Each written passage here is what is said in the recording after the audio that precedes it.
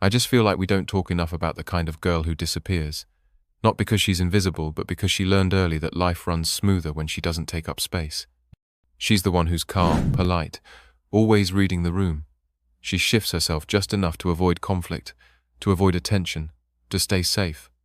Not because someone directly told her to, but because every time she made herself smaller, things just got easier. Smiles came faster when she agreed. Tension vanished when she backed off. And so she learned, being agreeable gets rewarded. What does it really mean when someone says she was easy to raise? And more importantly, who actually benefits from that ease? At family gatherings, she stayed in the background. In school, she followed the rules.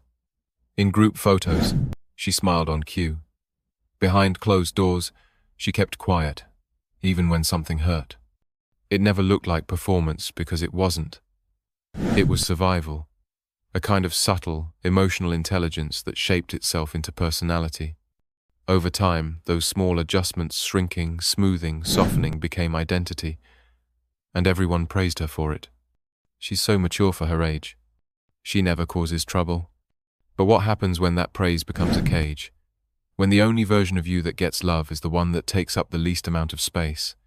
How many daughters are labeled good when what they really are is emotionally efficient? How many grow up learning that the safest way to stay connected is to be pleasant, predictable, and quiet? There's a big difference between being peaceful and being quiet out of fear. But no one ever asks what it costs to be that easy. And it never starts with one big moment. There's no dramatic turning point. It's slow, quiet, almost invisible. A parent sighs when she gets upset. A teacher glances away when she voices frustration. Lower your voice.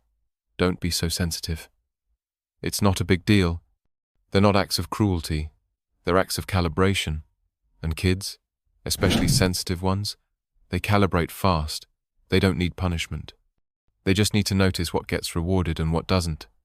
Long before a child can explain who she is, her body starts to map out what's safe. Breath tightens, muscles tense. The nervous system remembers.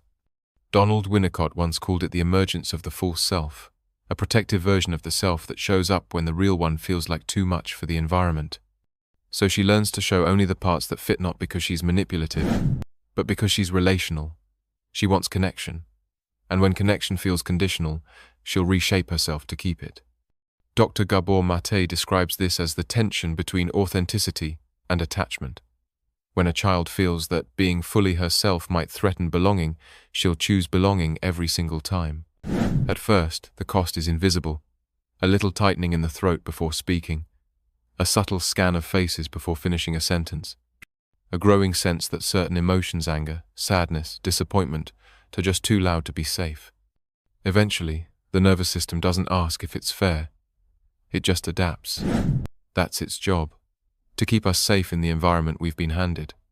This isn't repression the way we usually think about it. It's faster, quieter. She starts filtering emotions without even realizing it. Trimming parts of herself, not just to avoid discomfort in others, but eventually in herself. What began as protection becomes instinct.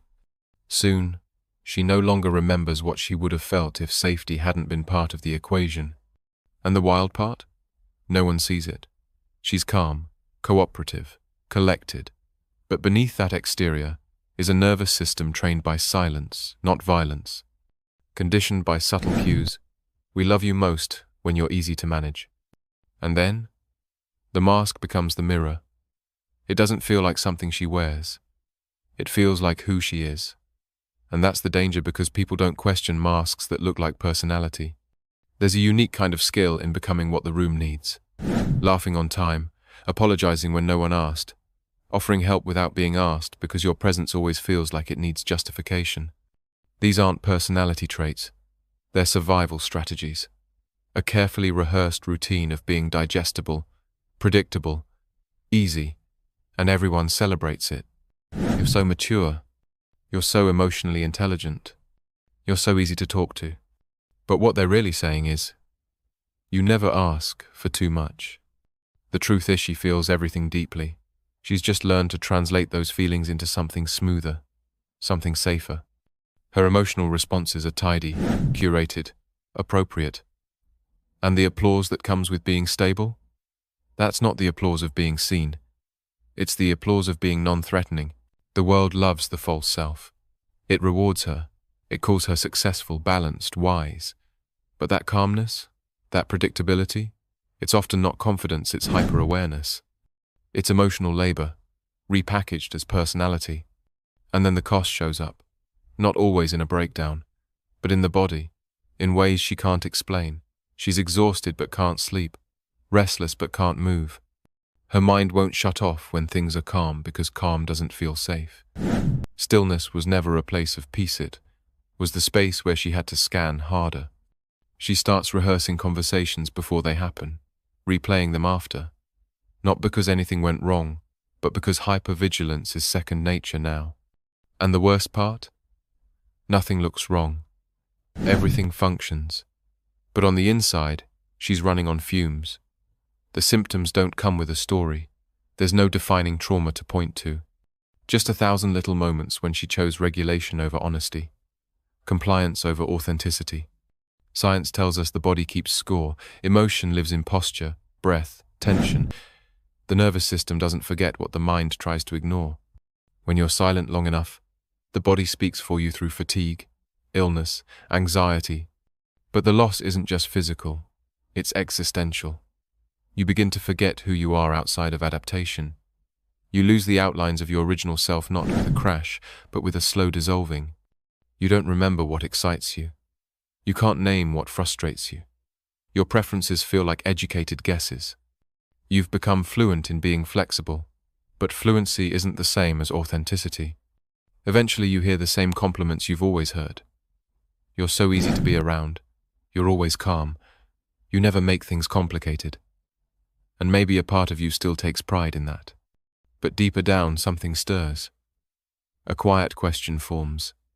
Is ease the same as connection? Is being easy to love the same as being known? You've mastered the art of reading every room, but how many of those rooms have ever actually seen you? There's a loneliness that comes with being so fluent in other people's emotions. You're always present but rarely felt, always around but never quite in the room. This is the aftermath of subtle trauma. No big tragic scene, just years of shaping yourself around everyone else. And the self you never got to be, it didn't disappear. It just never had the space to emerge. And maybe there's no neat conclusion to all of this. No tidy fix. Just the quiet awareness that what's missing isn't dramatic. It's foundational. Not erased, just unbuilt. If this landed somewhere deep for you, maybe don't explain it right away. Let it breathe. And if you know someone who might need to hear it, send it their way. Thanks for being here. Keep your mind safe.